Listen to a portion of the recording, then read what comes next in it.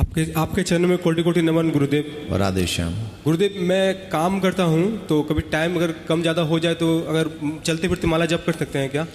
ये हर normal question है और इसको कई बार हम बता चुके हैं जी कि चलते फिरते गुरु मंत्र जाप नहीं कर सकते। अब चलेंगे फिरेंगे तो नंगे पांव तो घूमेंगे नहीं। जी नहीं। और जहां होके जा रहे हैं उस भूमि पे न जाने क्या क्या पड़ा हुआ है। जी हाँ जी गुरुजी। कुछ भी होगा। तो इसलिए हमें चलते फिरते कम से कम गुरु मंत्र नहीं जाप करना चाहिए। बाकी का राधे श्याम राधे गोविंद जो जाप करना है वो करते रहें। पर गुरु मंत्र जो है वो आसन पर बैठकर जल लेकर बैठकर ही उसका संकल्प करके उसका जाप करना चाहिए। उसका लाभ ज़्यादा होगा। ठीक है, धन्यवाद। धन्यवाद। राधे श्याम। राधे श्याम गुरुजी। राधे श्याम। आपके चरणों में वंदन। राधे श्याम। गुरुजी अभी अभी दीक्षा लिए हैं तो मेरे को कुछ भी माने आइडिया नहीं है कि कैसे माला जाप करना है, कैसे क्या करना है। अभी आपका गुरु मंत्र को जो आपने दिया है तो उसके क्या नियम, कृपया वो बता दीजिए। सुबह स्नान के बाद, भगवान को स्नान कराने के बाद, उनको भोग लगाने के बाद आसन पे बैठें, जल लेकर बैठें, हाथ में जल लें, संकल्प करें अपना नाम अपना गोत्र और हम अपने गुरु मंत्र का जाप कर रहे हैं ऐसा भाव मन में रख के वो जल पृथ्वी पे छोड़ दें।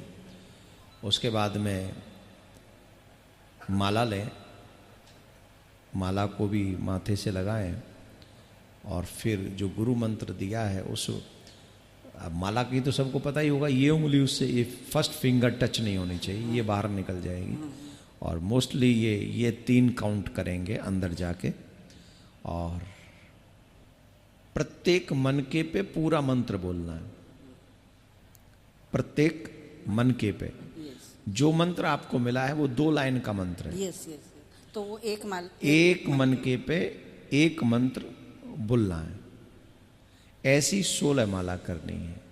और जब माला पूरी हो जाए तो फिर हाथ में जल लें, अपना नाम अपना गोत्र स्मरण करें और फिर वो जल लेकर कहें कि ये जो भी मंत्र हमने जाप किया है ये प्रियाकांत जी के चरणों में समर्पित करते हैं।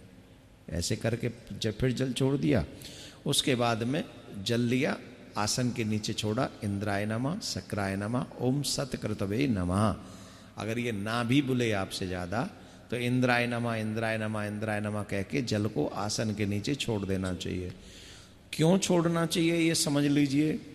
जो लोग बिना जल छोड़े भजन करके उठ जाते हैं उसके भजन को इंद्र चुरा लेता है, क्योंकि जहाँ बैठा हुआ है वहाँ वो भजन तो कर नहीं सकता।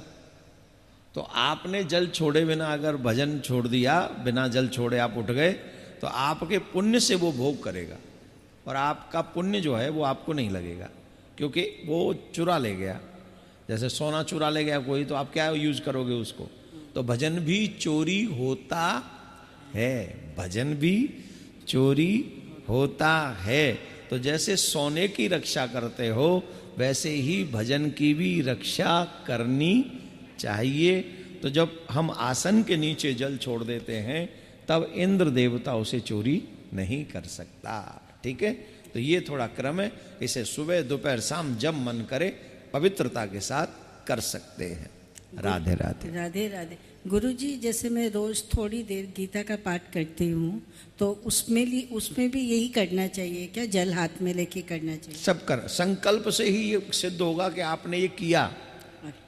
मोस्टली लोग भजन करते हैं जो कहते हैं ना हम चलते फिरते आते जाते जो करें, अब उसको आप न तो संकल्प कर पाओगे ना उसे आप जल छोड़ पाओगे। वो चलते फिरते ऐसे तो समझ लो क्या स्थिति है। मोस्टली भगवान का नाम तो कभी भी ले सकते हैं, इसमें कोई संशय नहीं है, पर फिर भी जो आपको संचित करना है उसको भी संयमित होके संभालना चाहिए। तो ये हम आपसे राधे श्याम। बहुत बहुत धन्यवाद। प्रणाम गुरुजी। राधे राधे। राधे श्याम। गुरुजी, हम ऐसा क्या करें जिससे हमारा मन निर्मल हो और हमारे मन में राधे गोविंद के चरणों के प्रति निष्काम प्रेम बढ़ता जाए? गुरुजी, मेरे से 16 माला रोज नहीं हो पाती है। पहले वही करना शुरू करो। पहले वही करना शुरू करो। देखो जितना हम भगवान का नाम लेंगे, जैसे हमारे ऊपर बहुत कचरा पड़ा हुआ है, बहुत ज़्यादा कचरा पड़ा हुआ, बहुत ज़्यादा, तो आप क्या करोगे? कैसे साफ करोगे? नाम जप करके। ऊपर तुम्हारे कचरा पड़ा हुआ, नाम जब से साफ करोगे? ऊपर नहीं, स्नान करके। स्नान में जल ज्यादा डालना पड़ेगा ना। भाई आप होली के दिनों में रंग लग जाता है, तो नॉर्मल डेज में ज्यादा जल लगता है नहाने में कि होली के दिन में? क्यों लगता है? क्योंकि उस दिन रंग जमा पड़ा है। ठीक वैसे ही जन्म जन्मांतर के पाप का रंग हमारे मन पे जमा हुआ है, और जब तक वो पाप का रंग हल्का नहीं पड़ेगा तब तक मन निर्मल नहीं होगा।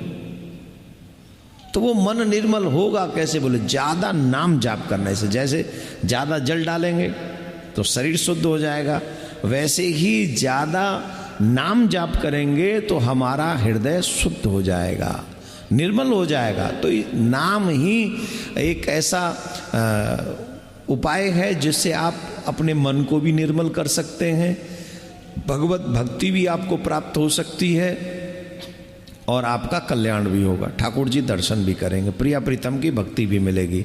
लेकिन आलस्य इतना है कि न तो हम लोग माला जाप ज़्यादा कर पाते हैं, और ना ही हम लोग वो थोड़े एक्टिविटी जो भगवान की सेवा में हो सकती हैं कर सकते हैं, जिससे भगवत प्राप्ति हो सकती है, हम वो भी नहीं कर पाते हैं, तो वो भी थोड़ी मुश्किल होती है। तो नाम जाप ही एकमात्र उपाय है। ठीक है, राधे श्याम। राधे श्याम। गुरुदेव चरणे दासी सादर कोटि कोटि। वो पतो ही तू बंगला बोलेगी, हमें खा कर। हाँ पूछो मैया। हम लिए हैं दीक्षा 17 साल में। 17 साल में? हाँ 2017 में। इधर आके मेरा लड़की है इधर, हम धनबाद में रहते हैं। हाँ हम शरणागति मंत्र लेने आपको पास गए हैं इधर से, तो वो कुछ दिन बहुत अच्छा ही थे। अभी कुछ शरीर भी ठीक नहीं होता है मेरा। ये शरणागति मंत्र का एक तो कार्ड आप दिए है ना, तो कार्ड को इधर उधर को हम तो भटकना पड़ता है। आप तो सभी जानते हैं गुरुदेव, आप कुछ ठीक ही कर दीजिए जब हम ठीक से संसार। हमको बहुत इच्छा है प्रसाद दे के खाएंगे, लेकिन नहीं हो पाता है हमको। अभी बहू है सब लड़का लोग नहीं करने देते हैं, बोले उम्र हो गया ये होगा, और तबीयत भी ठीक नहीं चल रहा है कुछ दिन से। आज इस बार हमारा बहुत ही हुआ धनबाद जाने के बाद, तो हम गुरुदेव से ही किए जो अच्छा कर दीजिए हम जा सके कोलकाता। तो हम आई है मेरे लड़की को पास इधर। लड़की कहाँ है? हाँ लड़की लेक टाउन में है। अरे लड़की आपके साथ अभी?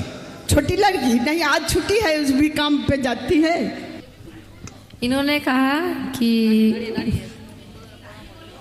प्रणाम गुरुजी, राधे राधे। इन्होंने कहा कि इन्होंने 2017 में दीक्षा लिए है, तो इनका तबीयत अभी थोड़ा ख़राब है, इसीलिए भगवान जी को भोग लगा के खा नहीं पा रही। तो इनके बच्चे लोग करते हैं, और तबीयत खराब था, धनबाद से आए कलकत्ता कथा सुनने के लिए। आप तो माता जी जहाँ बैठी रहती हो उसी बिस्तर पे बैठ के जो पूजा करना है, जो पाठ करना है, जितना हाथ से हो सके उतना करो। अदरवाइज इस आयु में सिर्फ आंखें बंद करके मन से भी अगर आप पूजन करेंगी, मन से आप वही भोग लगा देंगी, मन से आप अभिषेक कर देंगी, मन से आप आरती करेंगी, उससे ज़्यादा फल आपको उसमें मिल जाएगा। शरीर वर्क न कर रहा हो तब मानसिक पूजा प्रारंभ कर देनी चाहिए। ठीक है, सच जो ये खाएंगे, कड़ी खाएंगे, जब हम तो ऐसे ही खाते हैं नॉनवेज, लेकिन हमको भी बहुत ही लगता है जो बना के देती है बहू, तो वही बना के देते हैं, तो हमको प्रसाद तो नहीं दे पाते हैं ठीक से ठाकुर को। अब पता नहीं आपका भाव ये लग रहा है हमको कि हम तो नहीं खाते हैं पर बहू बेटा खाते हैं, तो हम लोग क्या उनको प्रसाद नहीं दे पाते हैं, यही कहा ना आपने। तो भगवान पे छोड़ दो, आप तो अपना देखो, बच्चों को समझाओ कि उल्टा सीधा खाना बंद कर दो तो ज़्यादा अच्छा है, नहीं करें तो उनको छोड़ दो उनके हाल पे, आप भजन में लगी रहो चकाचक। ठीक है, बस बैठ जाओ, हाँ भजन में लग जाओ।